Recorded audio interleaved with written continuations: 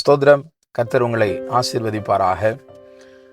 அநேக பெண் பிள்ளைகள் அல்லது ஆண் பிள்ளைகளை நாம் பார்த்தோமானால் கணவனிடத்திலோ மனைவியினிடத்திலோ அவர்கள் சண்டையிடுவதுண்டு.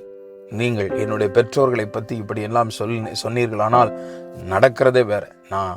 நான் இப்போ இருக்கிற மாதிரி இருக்க மாட்டேன். என்னோட வேறொரு முகத்தை நீங்கள் பார்த்து விடுவீர்கள். எங்கள் அம்மா அப்பா பற்றி பேசுறதுக்கு உங்களுக்கு உரிமை கிடையாது. எங்கள் அம்மா அப்பா எது செஞ்சாலும் நல்லது தான் செய்வாங்க, எங்கள் அம்மா அப்பா என்ன பண்ணாலும் நல்லது தான் செய்வாங்க என்று சொல்லி பேசுகிற அநேக ஆண்களும் இருக்கிறார்கள், பெண்களும் இருக்கிறார்கள். அதிலும் இந்த காலத்தில் பெண்கள் அதிகமாக இருக்கிறார்கள், பெண் பிள்ளைகள். பிரியமான தேவனுடைய பிள்ளைகளே, ஆதியாகமம் 31:14 நாம் ராகேலை குறித்து வாசிக்கிறோம்.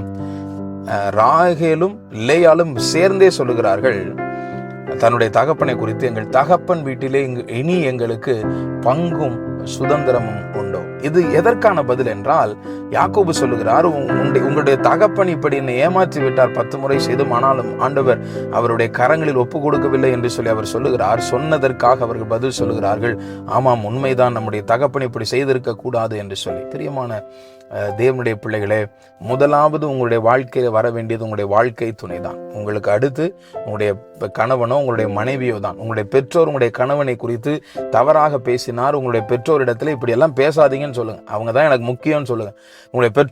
உங்களுடைய மனைவியை குறித்து உங்களுடைய தவறாக பேசினால், என்னுடைய மனைவி தான் எனக்கு முக்கியம், இப்படி என்னிடத்துல பேசாதீங்கன்னு சொல்லுங்க. உங்களுடைய கணவனிடத்துல சொல்லுங்க, நீங்க தான் எனக்கு முதலாவது, அதற்கு பின்பதாக தான் என்னுடைய பெற்றோர். அதற்காகத்தான் திருமணம் செய்து போயிருக்கீங்க. இல்லைன்னா உங்க அம்மா அப்பா வீட்டிலே இருந்திருக்கலாம்.